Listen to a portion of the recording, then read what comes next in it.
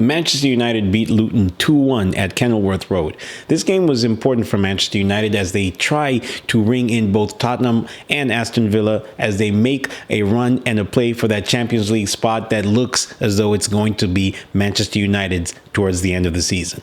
Luton Town is a team that is a fan's favorite. I have made no bones about the fact that I enjoy watching that team and the fact that they give me a lot of joy and a lot of hope in what football loves and represents. I love to see a team that gives its best.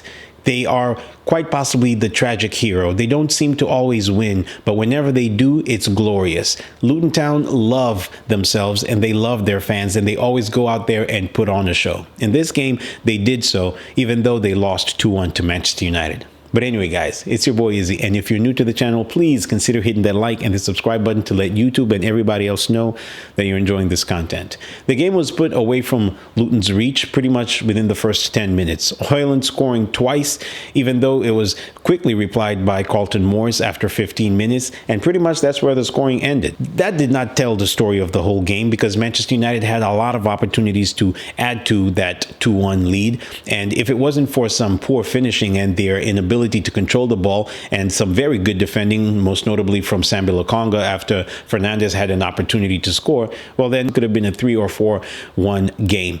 But Luton Town showed us what we love about them in this game. They kept on pressing. Now, I don't want to shade Manchester United and say that they didn't contribute to a good game and they should have won it by a larger margin because they had the clearer cut goals, but their gameplay was pretty much predicated by counterattacking, and that's not something that we're used to knowing Manchester United for. Manchester United is a team that has always been on the front foot, but in trying to build an identity, I cannot blame Manchester United for doing exactly what they need to do to get over the line, because we've seen them have some very poor performances this season, but in this game, Luton Town pushed them all the way to the end, and if it wasn't for that last minute header that went just over the bar, Luton Town could quite possibly have gotten something out of this game. I enjoy watching them play, and it's not because they're a hipster team and I enjoy to see Luton take on the big boys, and yeah, it's a story behind them, but it's pretty much the drive that they have because they never give up. And today we were able to see a team that believes in what they're trying to do, and they are backing not only their manager, but they're also backing their players. Luton Town is a very special team, and I do hope in some capacity they are able to survive because they show the league exactly what we enjoy seeing, a team that's come from the championship and is fighting hammer and tongs.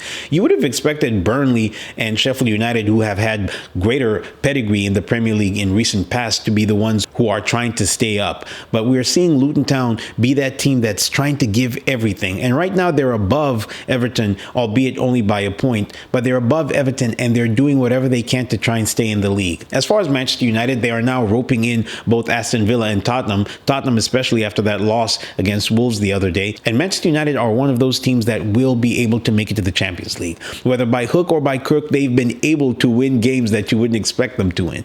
Manchester United have been winning their games by very small margins, and that's pretty much why you see them have a very small or negligible goal difference. It's either slightly negative or slightly positive. That tells you that Manchester United either win their games only just or they lose only just. And whenever they've had not so good performances, they don't get a big beating. So in this game, Manchester United did play well. They should have won it by a larger margin because Luton Town did leave themselves quite open to a counterattack, and Manchester United have very speedy wingers. Garnacho is obviously going to be a star. This man is absolutely electric, and he was able to set up Højlund inadvertently for his second goal. Fernandes is a very good playmaker, and whenever he has the opportunity to set his forwards out with a very good pass, he does it.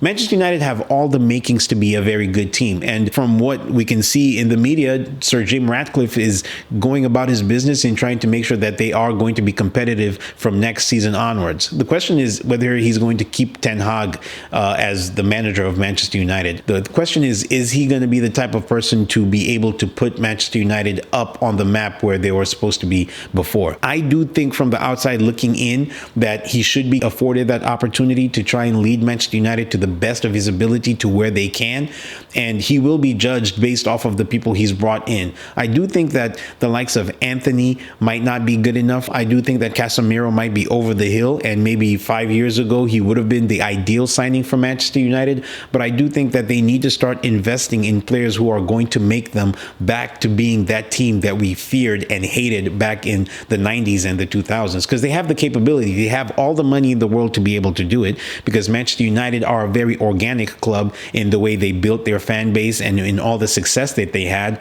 But they haven't been able to use that money in the best way possible, because a lot of people give Chelsea a rollicking for not using their money very well. But Manchester United have also not used their money very well in the last few years. They have spent comparatively big money to the other teams that they're competing with in that top five, and they have had very pitiful returns for that. But today's game was good. Manchester United did look okay. They were able to counterattack Luton Town, but for a club of Manchester United's stature, you would expect them to be the team that stamps their authority on the game rather than the team that was being pinned back by good old Luton Town. If they continue with the same fervor and the same vein that they've been approaching the games all through this season, I have all the confidence that they will be able to escape that bottom three.